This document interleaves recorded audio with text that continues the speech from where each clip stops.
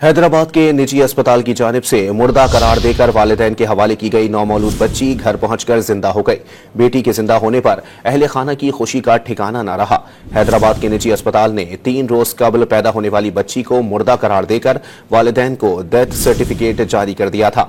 रफीक नामी शहरी समेत अहले खाना मुर्दा करार दी गई बच्ची को तदफीन के लिए घर लेकर पहुंचे। जहां उन्हें बच्ची में हरकत महसूस हुई तो वो उसे सिविल अस्पताल लेकर पहुंचे, जहां डॉक्टर्स ने उसके जिंदा होने की तस्दीक की। नौज़ायदा बच्ची इस वक्त सिविल अस्पताल में ज़ेर इलाज है। हैदराबाद के निजी अस्पताल की जानिब से मुर्दा करार देकर वालिदैन के हवाले की गई नौमौलूद बच्ची घर पहुंचकर जिंदा हो गई। बेटी के जिंदा होने पर अहले खाना की खुशी का ठिकाना न रहा। हैदराबाद के निजी अस्पताल ने 3 रोज कबल पैदा होने वाली बच्ची को मुर्दा करार देकर वालिदैन को डेथ सर्टिफिकेट जारी कर दिया था।